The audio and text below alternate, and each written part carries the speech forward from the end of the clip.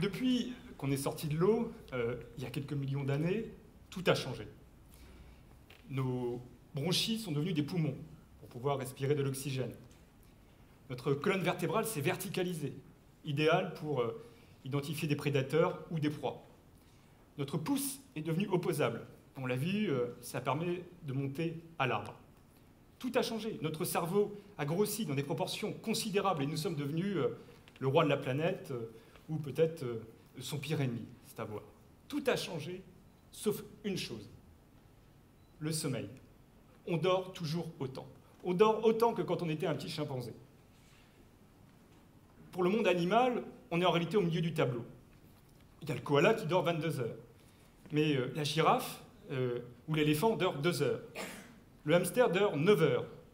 Le chameau, lui, dort 5 heures. Donc, en gros, sans vous faire tout le monde animal, on est entre le hamster et le chameau. Pas de quoi crier au génie de l'espèce. Après tout, on aurait pourtant pu penser que le sommeil aurait fini comme le coccyx, le vestige de la queue. Il aurait pu se rabougrir. Et non, ça a continué jusqu'à maintenant. C'est là l'un des paradoxes du sommeil. Parce que s'il y a le sommeil paradoxal, et vous connaissez les différents cycles du sommeil, il y a aussi un paradoxe du sommeil. Ou plutôt, il y a des paradoxes du sommeil. C'est une expérience que vous avez forcément faite. Des amis vous font visiter leur appartement ou leur maison. Alors, on vous présente le vestibule, le salon, etc. On vous dit, voilà, là c'est le jardin, là c'est la cuisine, on est très fiers de sa cuisine.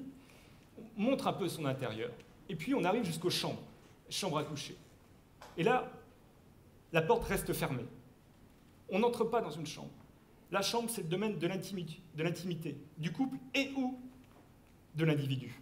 On y fait deux choses. On y fait l'amour, de temps en temps, peut-être plus souvent, on y dort. Qu'est-ce que ça montre?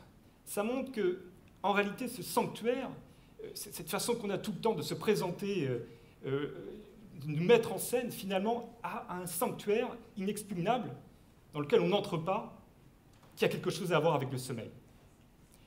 Même si en réalité, et ça c'est un paradoxe aussi de plus, depuis quelques années, quelques décennies, ce sanctuaire, il a été un peu profané. Je vais faire ici une expérience, et alors, on est de lever les mains, qui ici, hier soir, ou du moins les 2-3 dernières nuits, avant d'aller se coucher, a regardé son smartphone, a tweeté, a regardé sur une tablette, etc. Vous pouviez lever la main, des proportions super. Donc, je ne sais pas si tout le monde le voit, mais je le dis, à peu près les 3/4 de la salle, vous avez levé la main.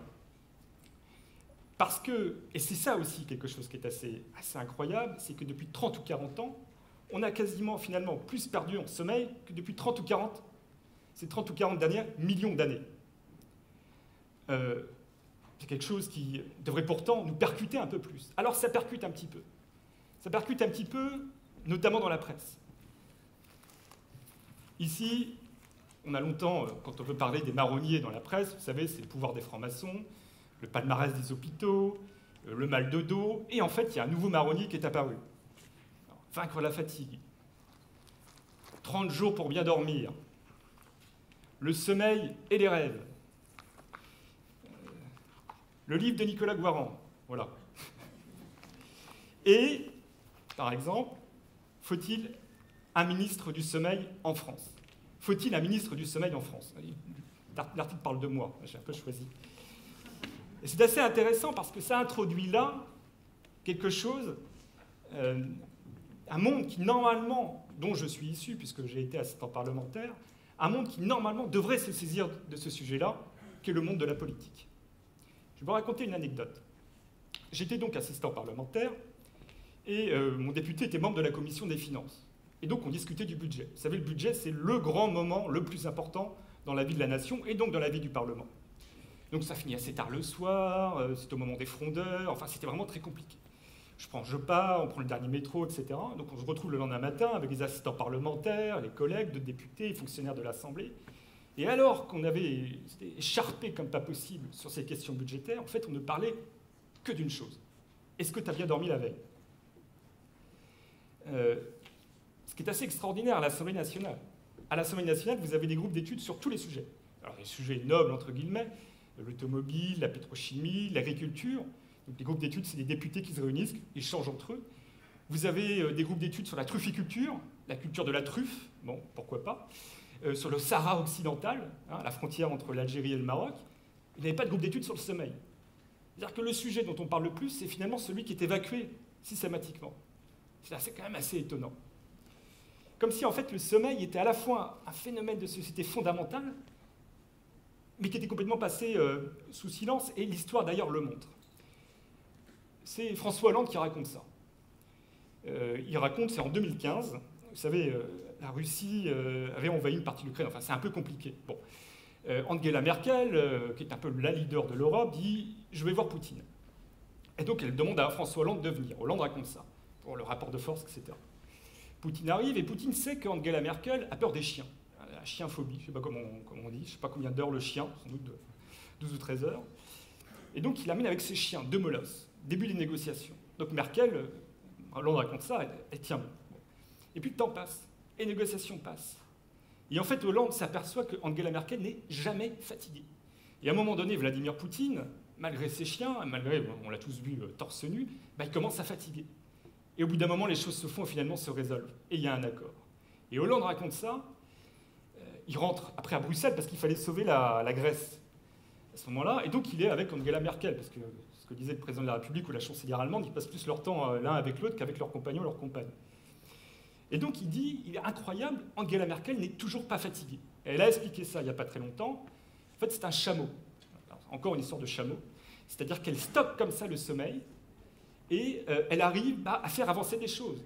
Et quelque part, la grande histoire, celle qu'on voit dans la presse ou dans les livres d'histoire, s'explique aussi par la petite histoire. Une autre anecdote, en juin 1940, quand la France s'écroule, vous savez, le ministre, avant l'arrivée de Pétain au pouvoir, Paul Reynaud était président du Conseil. On disait, mais pars en Angleterre, pars, il faut continuer le combat, etc. Et De Gaulle était parti. Et Paul Reynaud, en fait, était tellement fatigué qu'il a lâché prise et qu'il a tout laissé tomber. Et on a vu ce qui s'est passé. Donc qu'est-ce que ça veut dire?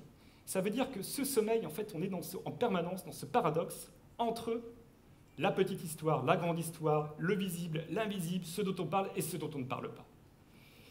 Et je vais finir, je ne sais pas si j'ai été présenté, je crois que j'ai été présenté comme ça. Après avoir été assistant parlementaire, qu'est-ce qu'on fait? Parce que moi, donc, j'étais assistant parlementaire, ça s'est arrêté parce que mon député a été battu. Et qu'est-ce que j'ai fait? J'ai ouvert une boutique sur le sommeil. Place de la République à Paris. Quelques semaines, un testeur de commerce. Ça permet de tester des concepts un peu innovants. Parce que je m'étais rendu compte de quelque chose, et je pense que vous voyez de quoi il s'agit. Les matelas bed-in-box, vous savez, livrés, compressés sur Internet, et qui, après, arrivent directement chez vous. Mais les gens avaient envie de tester ces matelas-là. Il y avait tous ces nouveaux produits qui apparaissaient. Et puis je m'étais dit, si on veut par exemple s'acheter un matelas, on va à Conforama. Un produit tech un peu sympa, un réveil un peu original, on va chez Darty.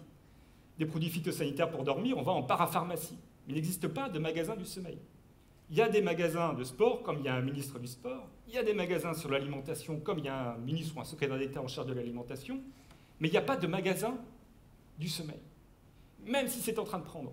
Et mon petit magasin de rien du tout, quelques semaines, j'ai réussi à avoir un article de 10 lignes ou 15-20 lignes dans Le Monde. Ça montre qu'il y a quelque chose qui est intéressant. Et en réalité, c'est moi, c'est ma conviction, c'est-à-dire que le sommeil, ça va être un peu comme l'alimentation au XIXe siècle ou le sport au XXe siècle.